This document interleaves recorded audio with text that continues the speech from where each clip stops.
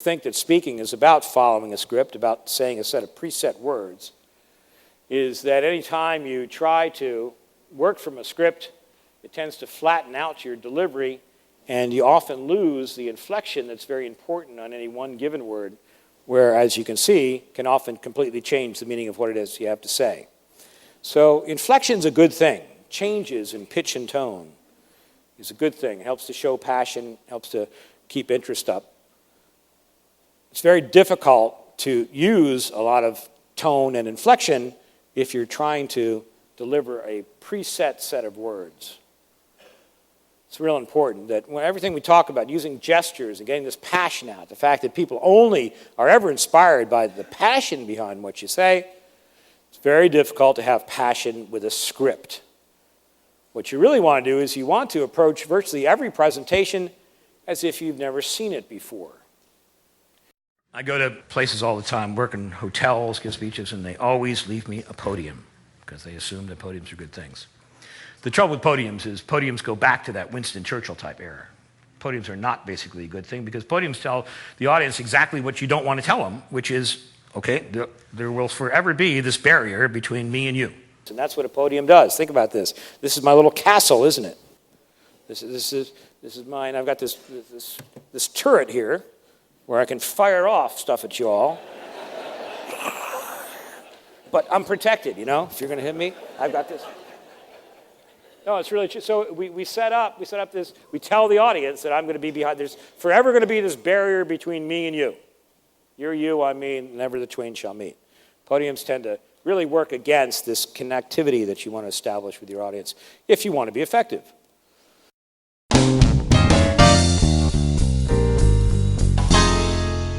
Just a little bit on organization, on putting a presentation together in a way that can help people follow it and also, again, make sure they're engaged.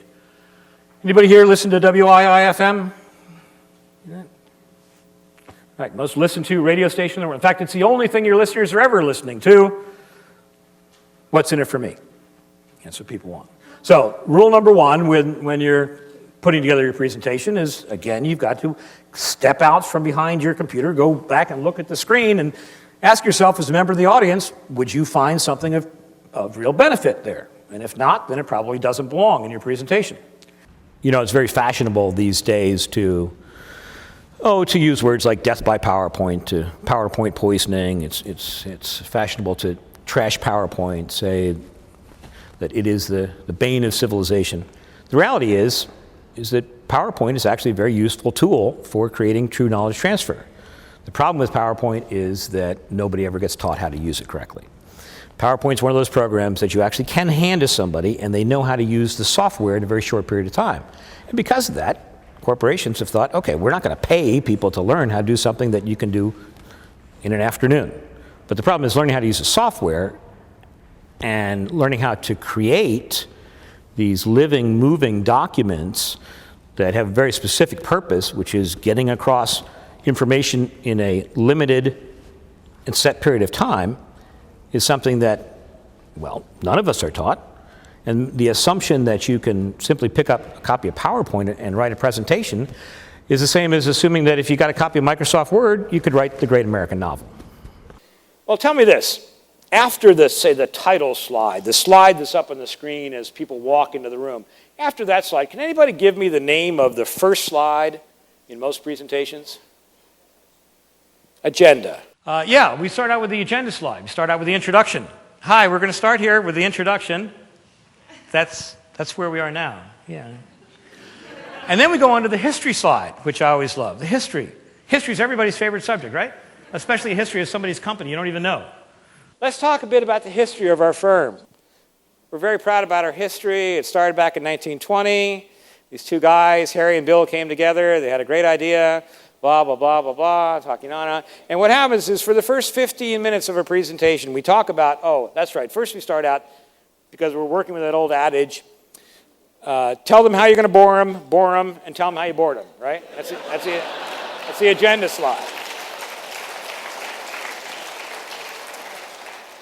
Then we get into the history of our company, because I have to tell you all about our company. And you understand that well, you're very proud about your company. You might even be proud about the fact that you're number one in your area. We're the number one company out there. In fact, we have so many, we are number one, meaning that if you go with us as a customer, you're going to mean much less to us than you would to any one of our competitors, okay? Because we're the biggest one out there. And then what do you do? Then you get to hear, well, after you see their organizational chart, names that you've never heard of before, right? And they're all over the place. You can't possibly keep track of them. Then they go on to tell you just what a great job they've been doing with the revenues. You know, last year we were number one in our market. We took everybody else's money. This year we're after yours. And that's what we do. That's what we do. We spend presentations. The first half of a typical presentation is about me. Let me tell you about me. This is the message that we send with the typical content of a presentation. We start out talking about how we're going to bore them, and then we start immediately talking about ourselves. Well, if people are in sales, you remember from some sales training that, that's not necessarily the right way to do it, is it? That most people, most clients want to hear about them. So, first thing you need to do is when you start out, you got about 30 seconds to grab their attention. About 30 seconds, and that's about it. Understand, we live in a world of these things. We live in a world with things that look like this. They're remotes. If it's a remote for the TV, Cox Communications out of Atlanta will tell you that the average surfer, the average channel surfer on TV, gives a station how long? 10 seconds. They give it 10 seconds watching it before they determine whether the content is worth sticking with or whether they're going to click the channel onto something else.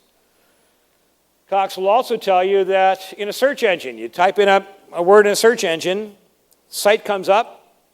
How long do you give them before you decide whether that's the site that you want to stay with or you want to move on to the next one in the list?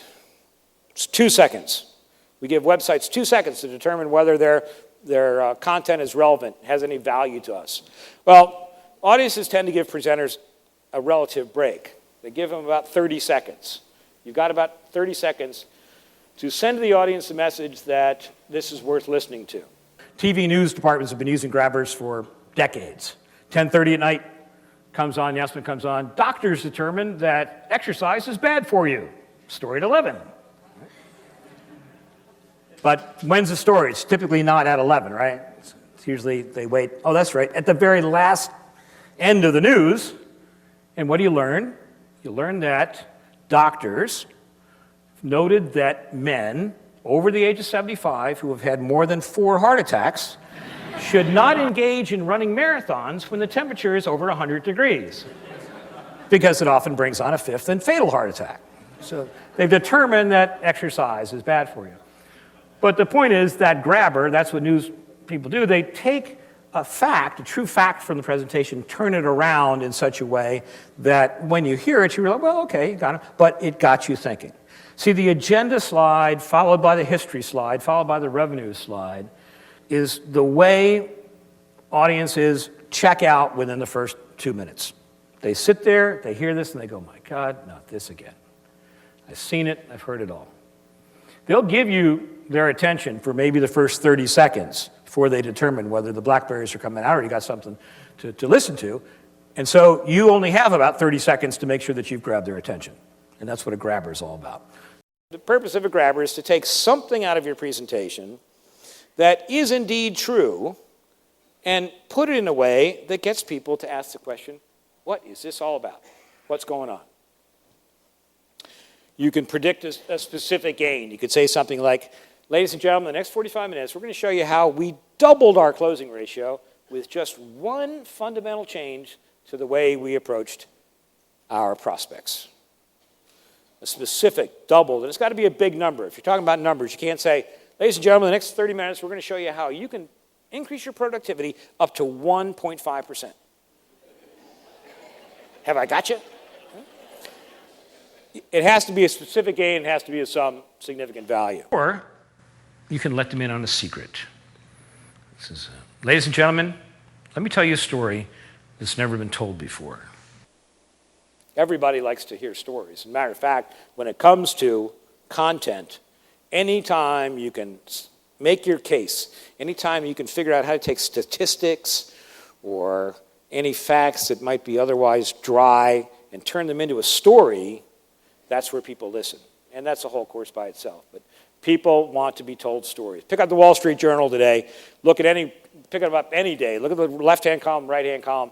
Every one of them starts out back in 1985 when the internet was still the gleam in the eye of Harry Brown working in his father's warehouse. He said there had to be a better way. So we worked. You have characters, you have a problem, you have a timeline along to a resolution of that problem. Stories keep people's attention. In any case, here's what you got to do. You got to start out, tell the people what the problem is that needs to be solved, tell them what the opportunity is that they need to take advantage of. And then here's where we differ from the way we see most of them structured. Immediately, in the beginning of your presentation, you have to tell them what the solution is, or you have to make that recommendation. See, typically what people do is they'll start out and announce this problem, and then they'll start to pile on the evidence. And they'll say, and people go, oh, I didn't know that. Okay. And you give them some more evidence, they'll go, oh, I didn't know that either. Okay. And by the time they've heard the third or fourth fact, they're saying, where is she going with this? You see, what you have to do is you have to create the context. So you have to tell people exactly where you're going, what your solution is right from the start, so that as you provide this evidence, people can hear it and say, oh, I didn't know that, but, well, yeah, I guess that's right. If that's true, then that is the only solution. And then you bring in the evidence, and again, hopefully the evidence will include benefits to the audience because it's the only thing they're ever listening to. Then, at the end, and here's something, believe it or not, this is something we rarely see. The end of a presentation, you've gotten a whole bunch of people together, you talk to them for 45 minutes, and at the end you go, thanks for listening. Bye. And we send people off. I mean, without some type of next step, some call to action. A call to action is just like you all know that's the mistake that new salespeople make is they often go out, they're great public relations people for the company, right? They sing a great song. Oh, that's right, they forgot to ask for the order. Well, having a call to action, and it doesn't have to be anything big. You just implant in their minds some future action that they have to take. So, okay, given all this, will you do me a favor? Just send me an email. Would you send me an email? Tell me the 3 different products that you're most interested in, and let me get you some samples. Let me get you some, or let me see if we can set up a demonstration for you. Just send me. You put in their minds some future event, some future action they have to take, for the sole reason of giving them some reason to think about your presentation after they've walked out the door. Otherwise, people go on in their multitasking lives. They've got all other things to think about. And this was an interesting presentation, but there is no reason beyond here to think back about what you had to say. You need to have a call to action, a next step. And then finally, if you can, you want to end with a bang. And the reason you want to end with a bang is the same reason that an Olympic gymnast goes out and flips over the bars, does all this fantastic stuff in the air. What does she have to do to earn the points? Stick the landing, exactly, end with a bang. So, as you go forth from here tonight, you will be thinking about eye contact. You'll want to be holding eye contact with people through the end of a thought. And when you do, what you'll find is although in the beginning people might, because they've been trained that way, might not look back at you, but just a few minutes into your presentation, you're going to see that people react quite differently than how they've ever reacted before. And the next time you get up to speak and you put this all together, you nail it.